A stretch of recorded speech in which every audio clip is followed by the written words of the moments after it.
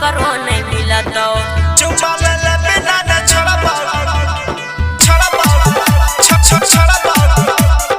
Music by Chunna Aryan। अखन अहाँ सब सुनि रहल छी आरके रिकॉर्डिंग स्टूडियो की प्रस्तुति।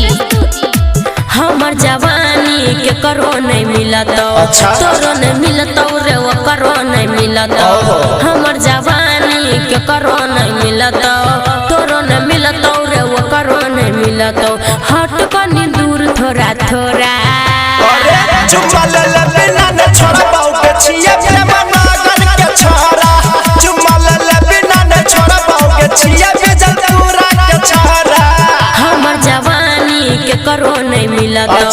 तोरो नहीं मिला तो रे वो करो नहीं मिला तो हमर जवानी के करो नहीं मिला तो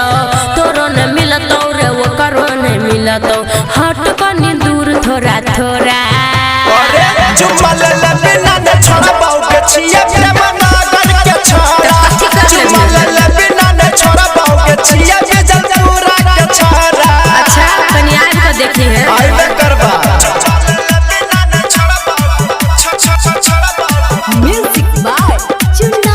Aryan। तोरे पर सबके गे नजर करल छ छौरा सब देखी पीछा पड़ल छ बोल के ना बचबे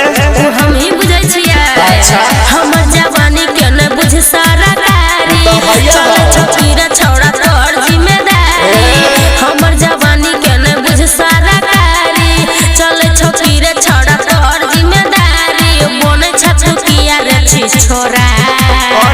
चुमा ले बिना न छोड़ा के छिए प्रेम नागर के छोरा चुमा ले बिना न छोड़ा के छिए बेजल पूरा के छोरा music director DJ Rakesh Raj Premnagar Mohtari Nepal. Music by Chunna Aryan. चढ़ल जवानी छौके उम्र 16 साल के देखे में छोड़िया छ सबसे कमाल लगे छी रे देखी छिया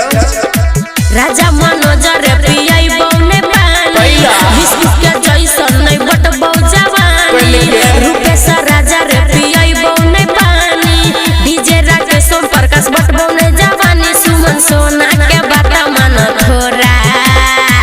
चुमा ले बिना न छोड़ा पाओ के छिए प्रेम नागर के छोरा